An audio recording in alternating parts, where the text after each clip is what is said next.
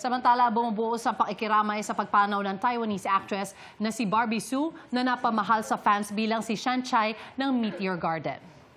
Naging parte raw ng childhood ng maraming Pilipino ang seryeng pinagbidahan ni Barbie.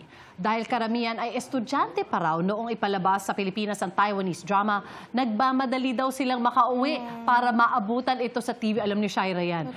Pinusuan din ang Meteor Garden ng ipilabas din sa Kapuso Network. Nagluluksa ang fans na hindi makapaniwala sa biglang pagpanaw ni Barbie sa edad na 48. Ayon sa kapatid ng aktres, nagbabakasyon ng pamilya nila sa Japan na magka-flu si Barbie na nauwi sa pneumonia.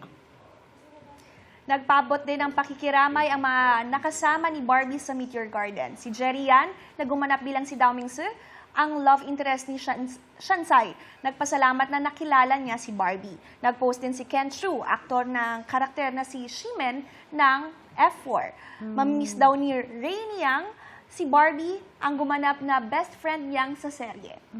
Naulila ni Barbie ang kanyang mister, ang South Korean artist na si DJ Koo, pati ang dalawang anak ni Barbie sa kanyang ex-husband. Kalungkot.